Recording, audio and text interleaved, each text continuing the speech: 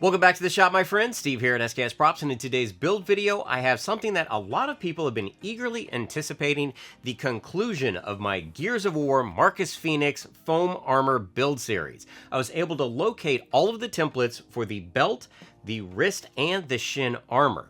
Now, this is not going to be a standard step-by-step, and that's because people that followed my Instagram know I built the belt and the Shins within 2 days, and I did not record any of it because I was building at lightning speed to get the entire costume done for a photo shoot down at DragonCon. The photo shoot went fantastic, all the images came out, but sadly, no recording for these. But I have over-engineered the templates so that you can look at them and see exactly how all the pieces go together. So it should not be a problem, and I can't hold your hand forever, and with E-Day fastly approaching, you want to make sure to download those templates to make your costume ready for an upcoming Comic-Con. Now, just like all the rest of the armor, the belt and the Shins are made completely out of my HD foam, which you can find over at Blick Art Materials.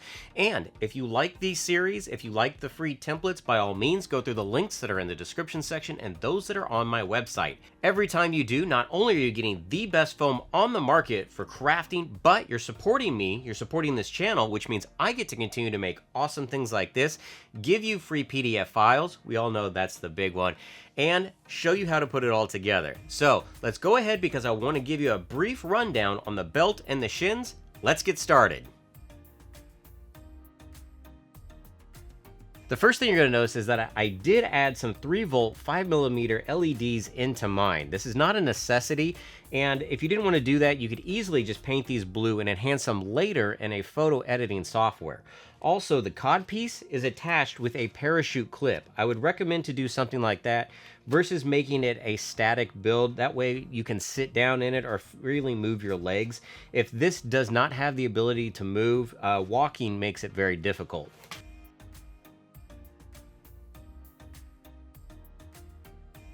There's also a parachute clip on the back with some 1-inch nylon. This is how I attach the belt together, and then I'll just hang some black fabric over it. Nobody will ever see it because most people don't look at the back anyway, even though Gears of War, 99% of the details are on the back.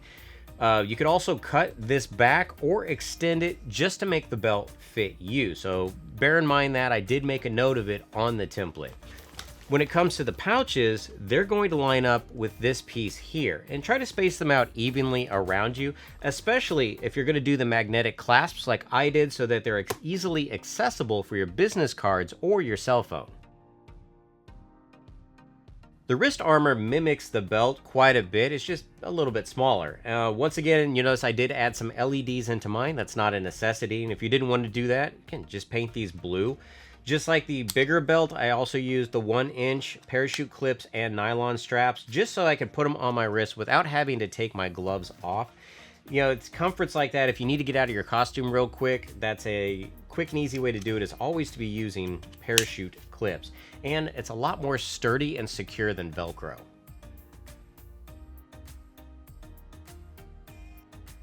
So when it comes to the Shin armor, this is the biggest part where you're going to have to decide how much detail you want to add to it. Again, I built the Shins and the belt and templated it and assembled it and painted it all within 2 days, which is a ton to do in that amount of time. So the front of this is all accurate to the game and to the action figure. What I changed was on the back. I didn't have time to fabricate all the rest of the back of the boot. So what I did is, again, added some 1-inch parachute clips back here so I could easily attach them to my legs. If you wanted to go game accurate, you're going to need to finish this off to match the back of the boot, as well as make yourself some boot covers. Now, I'm giving you all the rest of this. Adding some boot covers sounds like something you should be able to do on your own, and I can't wait to see what you come up with.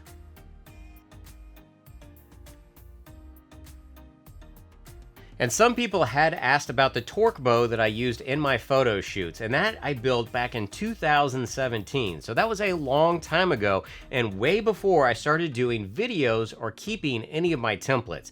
That was also scratch built in just a couple days in California for TwitchCon, which I was able to win with the #1 spot.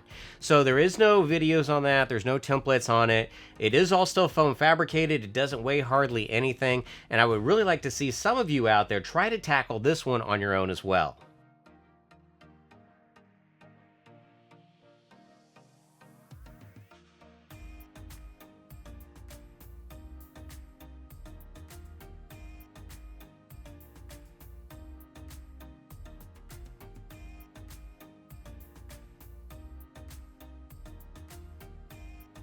So if you're interested in making your own Gears of War armor set, all of the PDFs are now available over on my website for download. And if you are building any of my builds or utilizing HD foam, be sure to tag me at SKSProps on Twitter and Instagram because I want to see your creations. I've recently started doing Maker Mondays once again, and I just might feature your work. So until next time, build your best with the best.